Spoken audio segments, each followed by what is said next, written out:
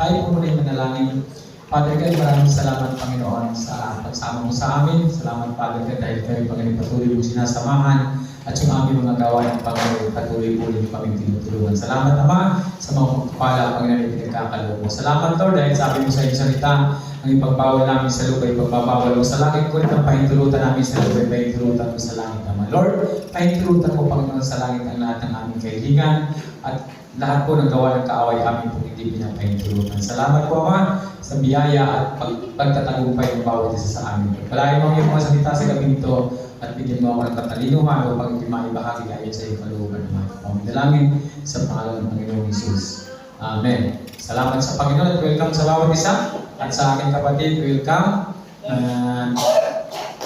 Kami ay nag-check up, bukas pa siya i-CT scan. So purihin yung Panginoon na yung mga unang test niya sa laboratory ay mga negative at sana yung sa ulo niya ay maging negative lahat para okay na. Pero nandiyan ang Panginoon, palagi tayong sinasamahan.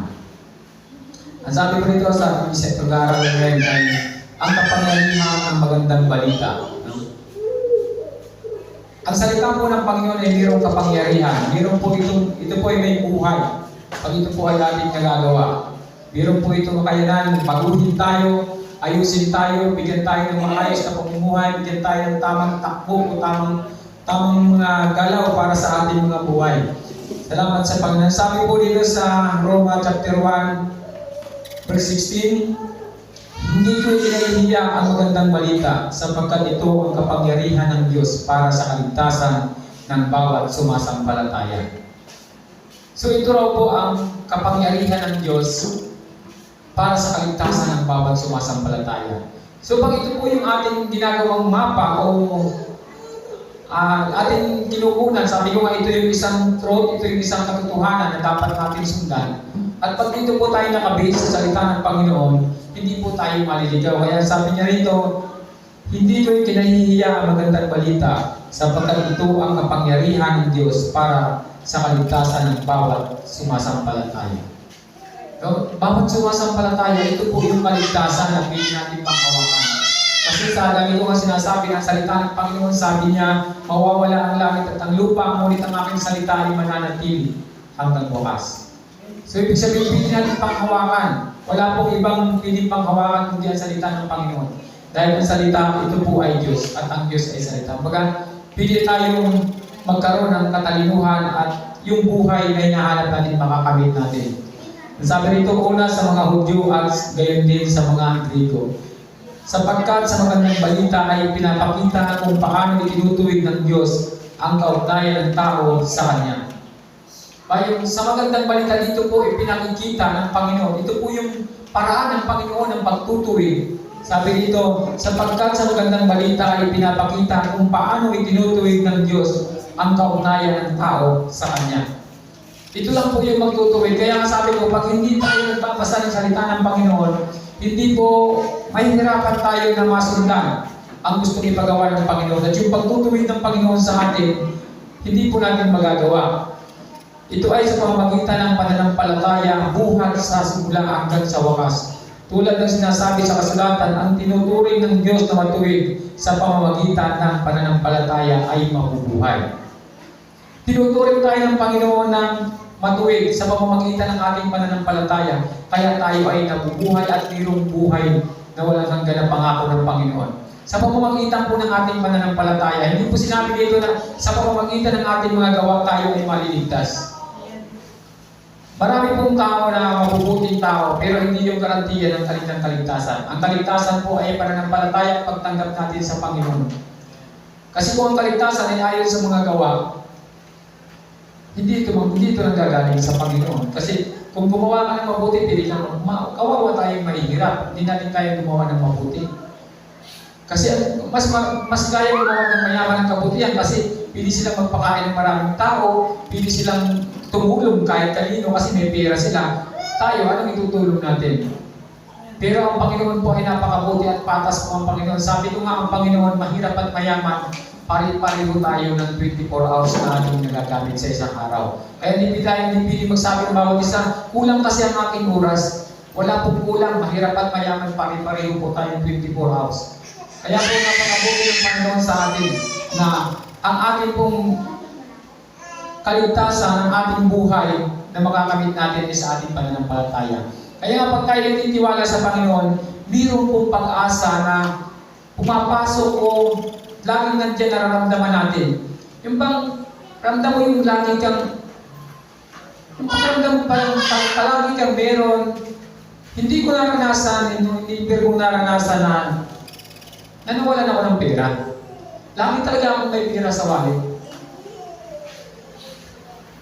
Purihin ng Panginoon, talagang hindi naman ako madamo. Pag merong humihingi sa akin, bibigyan naman ako. At mas masarap po, yung laging nalilinis yung wallet mo, nababawasan. Talaga pong dumadagdag, dumudubli yung dagdag. Kaya sabi ko, Panginoon, hindi ko maabot isipin ni paliwanag na laging meron. Hindi nawawala. Kaya nga sipag-sipag kong manalangin. Sabi ko, Lord, kaya sabi ko, Panginoon, napakabuti mo sa iyong mga anak. Tunay nga hindi tayo pinababayaan ng Panginoon. Alam mo yung favor ng Panginoon, hindi po ito basta-basta na ibibigay sa kung sinong tao lang. May limit po ito. Meron lang siya talagang binibigyan ng favor. Yung mga anak. Yun po yung favor. Naalala ko yung isang tao na sumakay ng sasakyan. Sumakay siya. Na pagsakay ng sasakyan, wala siyang pera. Sabi niya, sinigil na siya ng doktor, pamasahin mo. Sabi niya, bakit mo ako sisingilin? Tatay ko yung may-ari nitong sasakyan na ito. Hindi na siya sinigil, hindi lumampas. Hindi na nagtanong. Tapos nung bumaba na siya, sabi niya, thank you. Hindi siya sinigil. Nagulat sa bakit siya hindi sinigil. Yung kanya parang ano lang, yung sabi niya, kasi nagsabi ko yung pastor, sabi niya, sabihin mo, ganun. Ginawa niya pero nangyari talaga, hindi siya sinigil. Hindi ko alam, hindi raw niya alam kung nalimutan o ano. Pero yung kanya, yun ang pagkabanggit niya.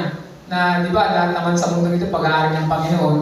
Eh, sabi niya, bakit ba ako sinisingil? Ang nangyari ng sakyan ito ay, siguro baka bago rin lang yung konduktor rin, pero niya kilala yung anak nung ano, baka nabigla na, o talagang nandun yung presensya ng Panginoon, hindi na siya talagang siningil. At nakauwi siya. Sabi niya talagang mayroong kapangyarihan. Ibig sabihin, kung naniniwala ka, diba? So, sinong naniniwala dito na isang buwan pwede kang kumita ng 100,000? O yung hindi nag-email, 500 ka lang. Kasi sa pananampalataya mo yan, sa paniniwala mo yan, doon tayo mabubuhay. Sa pagtitiwala at paniniwala mo sa Panginoon. Eh, paano ka magkakaroon ng, ano kung wala ka naman talagang kapanipaniwala, di ba? Subukan mo kahit na yung mga albularyo. Subukan mo, pag naniniwala ka sa albularyo, pag lumapit ka ron, makakaramdam ka para mag-iiba. Kasi yung paniniwala mo, yung nagbibigay sa'yo ng ano kahit na hindi ka naman talaga gagaling ka dahil sa pananampalataya mo. Diyos po yung nagpagaling doon, hindi siya. Kasi nagtitiwala ka sa Panginoon yung pananampalataya mo. Kaya pag tayo po may pananampalataya, pili pong mangyari ang mga bagay na gusto natin mangyari sa buhay natin. Napakalaga po, kaya po wala po sinasabi dito na sa gawa. Kahit mabuti kang tao, ang dami mong tinulungan, pero hindi mo tinanggap ang Panginoon, hindi ka maliligtas. Kahit araw-araw ka nagpapakain, kahit araw-araw mong ginawa tumulong sa kapwa mo, pero hindi ka tumanggap sa Panginoon. Oo, dito sa lupa, maligaya ka, masaya ka, pero naman pero yung kaligtasan, hindi po yung kasama doon. Ang sabi po ng 18, nakakayag mula sa langit ang puot ng Diyos laban sa lahat ng kalapastanganan ng kasamaan ng mga taong dahil sa kanilang kasamaan ay hinahadlangan ang katotohanan. Diba? Ito yung katotohanan, dapat po tayo ay manampalataya sa Panginoon. Kung minsan nakahadlangan po yun ang ating pag-aalinlangan sa Panginoon. Diba? Yung talagang nag-aalinlangan tayo, pag meron tayong hinihingi, pero sa likod ng ating kaisipan, laging nandun yung mangyayari kaya ito. Pero nag-pray ka, Panginoon, gusto kong magkamotor, pero mangyayari kaya ito. Pwede kaya ito ibigay ng Panginoon, wala naman akong hanap buhay. Diba? Ang motor po, hindi po yan, pag humingi ka sa Panginoon, hindi po yan babagsak mula sa langit. Boom! Nandiyan na yung sniper. Hindi po ganun yun. Hindi po ganun yun. Mayroon po pamamaraan ng Panginoon. Hindi hindi ang Panginoon na ibibigay sa iyo. Na gagawin mo kung paano mo ito magagawa para magkaroon ka ng motor. Pero ang una po doon, dapat nanampalataya ka. Prepare mo muna yung sarili mo, kuha ka ng license para may license ka na. Kasi kung bigyan ka ng Panginoon ng motor, wala kang license, pag nahuli ka, sisilihin mo pa ang Panginoon, nahuli ako tuloy ito, hindi ka naman si Lord. Nag-pray na ako, nahuli pa ako. Diba? Kasi mali yung proseso, mali yung procedure na nangyari. Diba? Kaya, mag-prepare ka muna, mag-ipon ka, makakuha ka ng license, kumpleto ka na ng license, gumawa ka na ng garahe mo. Pinakamataas na 1 month na manalangin ka ng motor. Ibibigay ng Panginoon yan kasi nakikita ng Panginoon yung preparasyon mo kung paano mo ito makakamit. Kaya, ganun po dapat. Kaya, huwag natin hadlangan. Sabi rito, na nahahayag mula sa langit ang buot ng Diyos laban sa lahat ng kalapastanganan at kasamaan ng mga tao dahil sa kanilang kasamaan ay hinahadlangan ang kalooban, ang katotohanan. Yung po katotohanan, dapat hindi natin nahadlangan. Ang katotohanan po, yung pananampalataya natin ay mayroon pong magagawa sa ating buhay. Sapagkat ang maaaring malaman tungkol sa Diyos ay maliwanag dahil iyon ay pinapahayag sa kanila ng Diyos. Sa atin po, yung mga kaalaman, katalinuhan mula sa Diyos, ito pinahayag sa atin. Kaya po natin malaman ito. Kaya ito yung nagbibigay ng katalinuhan sa atin yung pagbabasa ng salita ng Panginoon. Kaya sabi niya rito, sapagkat ang maaaring malaman tungkol sa Diyos ay maliwanag dahil iyon ay ipinahayag sa kanila ng Diyos. Ipinahayag po ng Diyos sa atin yung dapat natin malaman. Kaya pag ikaw ay Kristiyano, ikaw ay anak ng Panginoon, hindi ka maliligaw o hindi ka, sabi ko nga sa Kristiyano, hindi na ang yumaman eh. Pag yun po ay ating pinanampalatayanan, mangyayari po yun. Kasi wala tayong bang iniisip, kain lang naman tayo eh. Diba? Kain lang naman tayo, wala tayong bisyo. Hindi ka pa yumaman, eh, talo ka pa ng maraming bisyo yumaman. Diba? So yung ating, kulang tayo sa pagtitiwala sa Panginoon. Sabi ko sa 20, mula nang likhain ng Diyos ang sanlibutan, ang kanyang likas na hindi nakikita, ang kanyang kapangyarihan walang hanggan, at ang kanyang pagka-Diyos ay maliwanag na inihahayag ng kanyang mga ginawa, kaya't wala na silang maidadahilan pa. So, sa kapangyarihan daw po ang kabutihan, lahat ay makikita natin sa pamamagitan ng ginawa ng Panginoon. Nagkaroon ng langit, nagkaroon ng lupa, araw-araw tayo ay mayroong kinakain, kumbaga nandun yung lahat.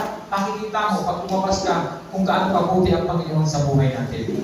Kaya wala na tayong maidadahilan pa. Kumbaga nandiyan na lahat, binigay na ng Panginoon.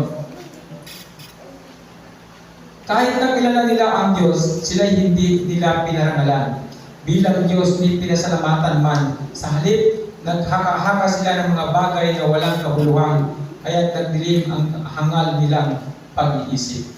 Pag tayo po ay kung ano-ano ang iniisip natin, hindi nakasentro sa Panginoon, maliligaw po tayo, malalaya po tayo. Kailangan po huwag tayo mailigaw. Kailangan meron tayong kasiguraduhan sa ating paglilingkod sa Panginoon. Meron tayong tinutumbok at meron po tayong, kumbaga alam natin saan ba talaga tayo. Kaya sabi ng Panginoon, sabi nun sa kung maglilingkod ka sa Panginoon, maglingkod ka sa Panginoon. At kung maglilingkod ka kay Baal, sabi ni Propeta Elias, kay Baal ka maglingkod. Kung tayo po ay naglilingkod sa Panginoon, maglingkod tayo sa Panginoon. Kaya sabi niya sa payag na, sabi niya na, huwag kang maging maligam ka. Kung mainit ka, mainit ka. Kung malamig ka, malamig ka. Talagang doon po tayo palagi sa Panginoon tayo magpumasa. Sabi sa 22, sila'y nagmamarunong, ngunit lumitaw na sila'y mga hangal. No, kahit na anong sabihin mo, pag magulo ang kaisipan mo, kumbaga sabi nga, ang pabago-bago ang isip ay parang alon sa dagat. Hindi alam kung saan ito dadali ng hangin. Pero kung tayo po ay nakakonsentrate sa ating gusto at sa ating pagtitiwala sa Panginoon. Sabi rito, tinalikuran nila ang kaluwalhatian ng Diyos na walang kamatayan at ang sinamba nila ang mga larawan ng mga taong may kamatayan, ng mga ibon, ng mga hayop na lumalakad at mga hayop na gumagapang. Di ba maraming tao na pag kahit na meron ka talagang merong mga bagay na dapat mong gawin at pinagagawa ng Panginoon, pero may tao ka na hindi mo kayang tanggihan. Diba pag halimbawa, i-confirm, halimbawa, sinabi sa'yo ng pastor mo, ikaw muna ang mensahe, mag-preach sa ganung araw. Ngayon, biglang tumawag sa'yo yung hindi mo matanggihan yung tao. Kasi doon ka nagtitiwala eh. Ay, pastor, ano na lang po, next ano na lang po kasi may pala. Tumawag kasi yung hindi ko mas kaya ng tanggihan. Parang yung iyong pagtitiwala sa Panginoon ay hindi talaga 100%. Kasi pili ka pang hatakin. Samantalang nauna na yun pili siguro kung nauna yung isang sumabi sa'yo, pili, pag sabi ni Pastor, pili mo sabihin, Pastor, nakapangako na kasi ako na gano'n. Pero kung nauna mo nang tinanggap, tapos bigla kang tumanggi, yun, kumbaga, ibig sabihin, mas lamang yung pagmamahal mo doon sa tao kaysa sa Panginoon. Maliban na lang na nangako ka na sa Kanya, tapos sa pa ikaw na pagsabihan, hindi mo sabihin agad sa oras na yun ay, araw na yan, Pastor, mayroon na ako ng pangakuan. Mayroon na ako talagang, naibigay ko na ito, nasabi ko na sa pamilya ko na kami may lakad. Diba? Pero kung wala pa, tapos, after na natanggap mo na, nag-usap-usap ulit kayo, ng iyong, ay, lakad tayo sa sige, tawagan ko na lang si Pastor, next week na lang ako. Diba? So, timbangin natin yung halaga ng ating paglilingkod sa Panginoon. Kaya sabi niya nito, ang kapangyarihan ng magandang balita. Ito po yung kapangyarihan ng magandang balita, dapat po natin panghawakan. At yung mga bagay na gusto natin, ito kain natin makamit sa ating pagtitiwala sa Panginoon. Hindi po magkukulang ang Diyos sa lahat ng ating pangailangan. Sabi ko nga, isipin mo yung ating ipagagawa ay worth 700,000 pero wala pa tayong hawak na ganun kalaking pera. Pero nagtitiwala tayo sa Panginoon na bago tayo mag-anniversary ng 4th anniversary, kumpleto ng lahat ang itaas natin. Tapos ng lahat. Kasi once na natuloy na yung pagdating ni Pastor Mark at dito na natuloy ang gawain na yun, sigurado sila mismo mag-iisip kung paano tayo matutulungan. Mismo ang nasa sila mag-iisip. Kasi dito na sila tatakbo, ito na yung gagawin nilang pinakaminang puerto. Kasi hindi naman pili maging min kasi yung bayan. City talaga ang dapat. So tayo yung napupusuan ng national, talagang sabi ko, Lord, salamat kasi nung una hindi naman kami masyadong napapansin pero nagpapansin kami. Napansin tayo ng Panginoon. Binisita na tayo ng ating President. Binisita na tayo ng pangatlo sa Presidente at talagang siya mismo nagsabi, Pastor, tayo na dito. Kumbaga nandun yung tapos yung lahat ng mga superintendent, kapastoran ng buong Palawan, ay nagsabi kaya yun sa middle. Kaya tayo yung napupusuan nila, kaya sabi ko, Lord, sabi ng Panginoon, ang nagpapakababa ay tataas. Lagi po natin tatandaan, lagi tayong lumuhod sa Panginoon. Magpakababa tayo sa harapan ng Panginoon, itataas ka ng Diyos. Ang purpose po ng Panginoon kung bakit kayo pagpapalain, bakit kayo pagyayamanin, kasi gusto ng Panginoon na makilala ka sa pamagitan ng pagtitiwala mo sa Kanya. At isang araw, makikita ng mga kamag-anak mo, kaibigan mo, pinagpala si ano kayang dahilan, anong sikreto niya? At isa lang ang sasabihin mo lagi ng pagmamalaki ang Panginoon na nagbigay ng tagumpay sa buhay mo. Kaya salamat, lagi ko pong sinasabi, ito yung isang truth na dapat natin sundan, ito yung katotohanan na dapat natin sundan, ang Kanyang salita. Tayo po'y manalangin. Father God, salamat po Panginoon sa gabi ito, Panginoon. Salamat sa iyong mga salita. Dalangin ko Lord, lalo mong bigyan Panginoon ng diin sa puso namin kung paano kami dapat magtiwala sa iyong mga salita. Salamat Panginoon. Pagpalain mo ng mga anak Panginoon. Dalangin sa pangalan ng Panginoon Jesus. Amen. Thank you Lord.